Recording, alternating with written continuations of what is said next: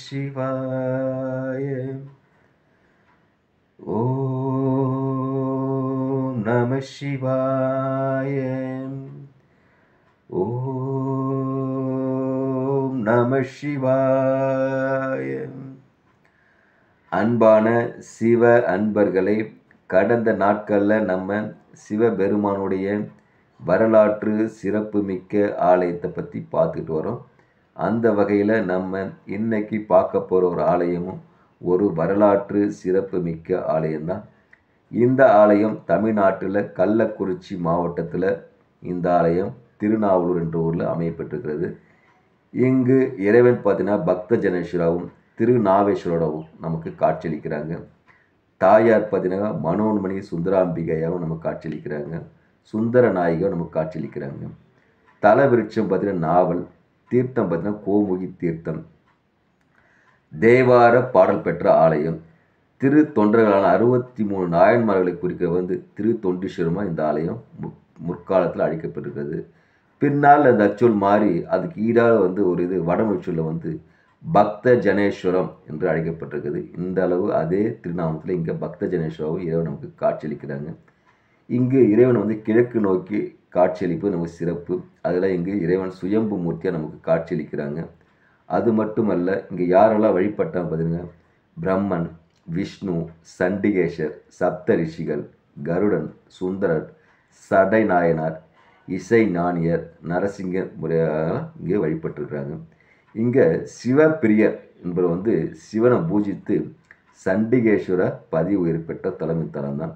ஆதிசேஷன் உமிழ்ந்த நஞ்சினை கருடன் சாப்பிட்றாங்க. சாப்பிட்றதால கருடநீர் உடம்பெல்லாம் கருநீளமாக மாறுது, விஷம் ஏறுது.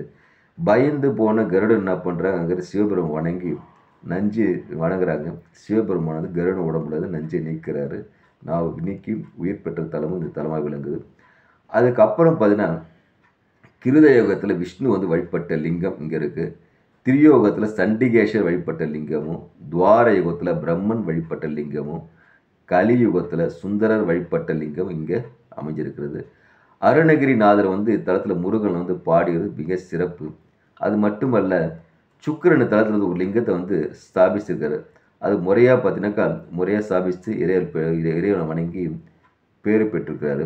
இந்த சுக்கிரநீரி லிங்கம் எப்போ பார்த்தீங்கன்னா வெள்ளிக்கிழமை இந்த லிங்கத்துக்கு தனியாக ஒரு மிகப்பெரிய சிறப்பான அபிஷேகம் நடைபெறும். அந்த அபிஷேகத்தில் கலந்துக்கிட்டு நம்ம இறைவனை வழிபட்ட வேண்டியது கிடைக்குன்னு சொல்லி ஐதீகம் சொல்கிறாங்க. இங்கே பார்த்தீங்கன்னா இங்கே நவகிரகங்களுக்கு மத்தியில் ஒரு மூலையில் பார்த்தீங்கன்னாக்கா இங்கே சுக்கிரன் ஒரு சிவபெருமான லிங்கத்தை பிரதிஷ்டை செய்கிறாரு. அதுக்கு பார்த்தீங்கன்னா பார்கவீஸ்வரர் பெயரை வச்சு வணங்குறாரு.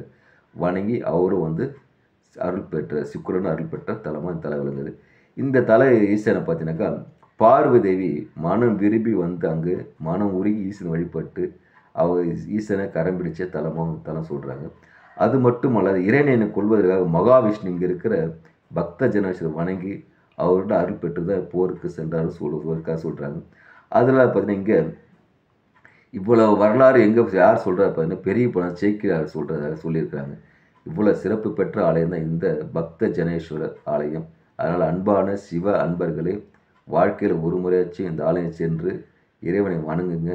வேண்டிய வரனை கொடுக்குற இறைவன் இங்கே எனக்கு பல பேருக்கு இங்கே யாருக்கெல்லாம் சொன்னேன், பிரம்மன், விஷ்ணு, சண்டிகேஸ்வர், கருடன், சுந்தர், இவங்கெல்லாம் பல பேர் வேண்டி விரும்பிய வரத்தெல்லாம் சிவபெருமான்கிட்ட வாங்கியிருக்கிறாங்க. அதனால் நம்மளும் அங்கு சென்று இறைவனை வணங்கி ஈசன் அருள் பெற்று இன்புற்று வாழ்வோம். ஓம் நமச்சிவாய.